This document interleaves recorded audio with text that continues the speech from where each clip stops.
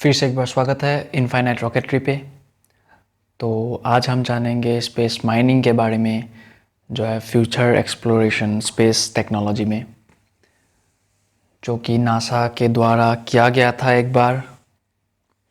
Osiris racks नामक एक spacecraft के द्वारा एक एस्टेरॉयड में जाके उसमें ड्रिलिंग करके वहाँ से सैंपल लाया गया था, ताकि उसके ऊपर साइंटिफिक रिसर्च हो पाए, स्पेस को हम एक्सप्लोर कर पाए। और तो आज हम उसी के बारे में जानेंगे कि स्पेस माइनिंग होता क्या है, कैसे किया था, कैसे किया जाता है, कौन सी टेक्निक से किया जाता है।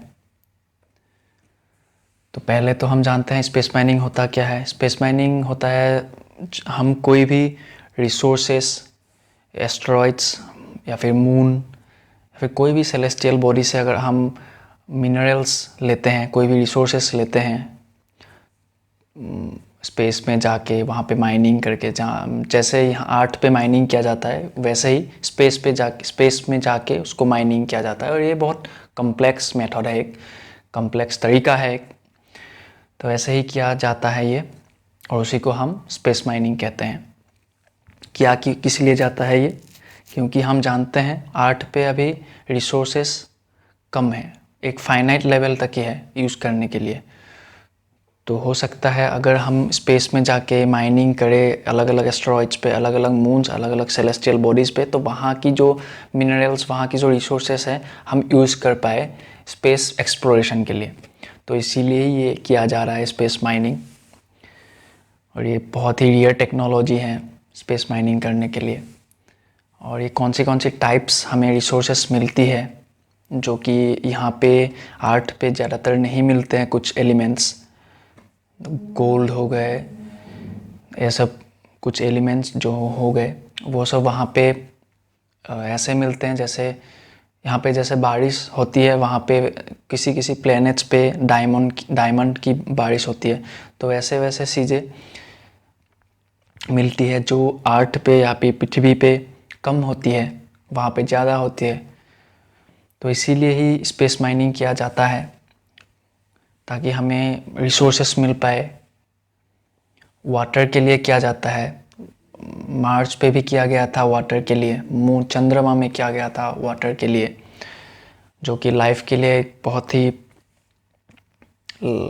सपोर्टिव चीज़ है। वाटर, पानी, हम जानते हैं।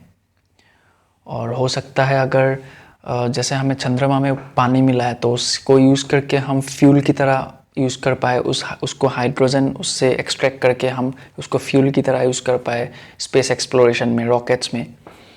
और हीलियम-3 भी मिलता है, जो कि न्यूक्लियर फ्यूजन के लिए हमें चाहिए, एक पोटेंशियल एनर्जी है वो। तो ऐसे ऐसे कुछ चीज़ें मिलते हैं मेटल्स में, आयरन हो गया, निकल हो गया, ये सब मिलते हैं ताकि हम कंस्ट्रक्शन कर पाए। तो बहुत सारी ऐसी चीज़ें हैं जो आर्थ पे रेयरली मिलता है, वो वहाँ पे ज़्यादातर मिलता है। तो वहाँ से हम एक्सट्रैक्ट करके, या फिर वहाँ से ही सीधे हम यूज़ करके उसको, कैसे हम उसको यूज़ कर पाए उस रिसोर्सेस को। तो उसके लिए ही स्पेस माइनिंग यूज़ होता है, माइनिंग टेक्नोलॉजीज़। तो जैसे मैंने आप लोगों को बताया कहाँ कहाँ माइनिंग हो सकती है, एस्टेरॉइड्स पे हो सकती है, जो कि आर्थ के पास जो एस्टेरॉइड्स आती है, एस्टेरॉइड बेल्ट से निकाल के, एस्टेरॉइड बेल्ट में हो सकती है। हम जानते हैं एस्टेरॉइड बेल्ट होती है हमारे सोलर सिस्टम में एक, तो उससे जो वहाँ पे जो एस्टेरॉइड्स होती है वहाँ पे हो सकती है। वहाँ से एस्टेरॉइड निकल के आती है, या फिर आउटर स्पेस से जो एस्टेरॉइड्स निकल के आती है वहाँ आर्थ के पास, उसमें भी हो सकती है। और जैसे मैंने आपको बताया, चंद्रमा में हो सकता है, मार्स में हो सकता है। मार्स में भी पानी, मिनरल्स, ये सब मिलने की संभावना है या फिर मिला है।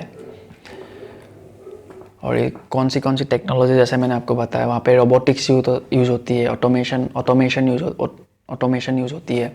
तो बड़ी बड़ी मशीन यूज़ होती है, जो कि स्पेसक्राफ्ट यूज़ होती है। स्पेसक्राफ्ट में उस मशीनों को लगाया जाता है, फिर उसको उस स्पेसक्राफ्ट को भेजा जाता है, फिर एस्टेरॉइड्स पे उसको लैंड किया जाता है, फिर उसको ड्रिलिंग किया जाता है। और वो स्पेसक्राफ्ट में एक रोबोटिक्स आर्म जैसा होता है, जो कि वो कलेक्ट करता है स्पेसिमेन को, और उसको कलेक्ट करने के बाद वो स्पेसक्राफ्ट में वो रख के वो स्पेसक्राफ्ट फिर से आती है अर्थ पे, ताकि वो हम उसके ऊपर रिचार्ज कर पाए। तो ऐसी होती है ये टेक्निक। और ये सुनने में इजी लगती है लेकिन है नहीं, करने में बहुत कॉम्प्लेक्स होती है ये।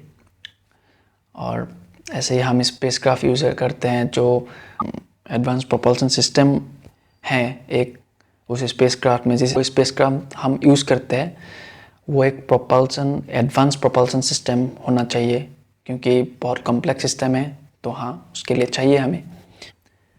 तो उसके बाद उस रिसोर्सेस को हम अगर यूज़ कर पाए तो हमारी इकोनॉमी भी बहुत बढ़ती है, इकोनॉमी में बहुत इफ़ेक्ट पड़ती है।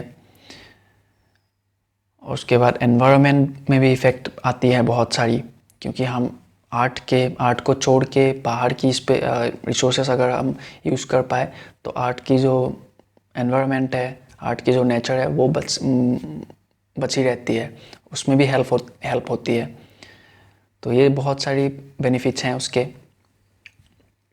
तो अभी क्या चल रहा है और फ्यूचर में क्या होने वाला है स्पेस माइनिंग को लेके, तो अभी तो बहुत सारी कंपनीज, स्पेस एक्स हो गया, सब बहुत सारी कंपनीज, नासा हो गया, ये तो स्पेस एक्स तो प्राइवेट कंपनी हो गई, लेकिन नासा वगैरह सभी अभी ये रिसोर्सेस में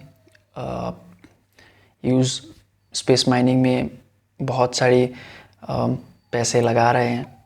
देखते हैं क्या होता है फ्यूचर में। अगर ये और भी अचीवमेंट करती हैं तो फिर हम और भी बड़े बड़े एस्ट्रॉयड्स, और भी दूर दूर के एस्ट्रॉयड्स, और भी दूर दूर के सेलेस्टियल बॉडीज़ में हम जाके स्पेस माइनिंग कर पाएंगे।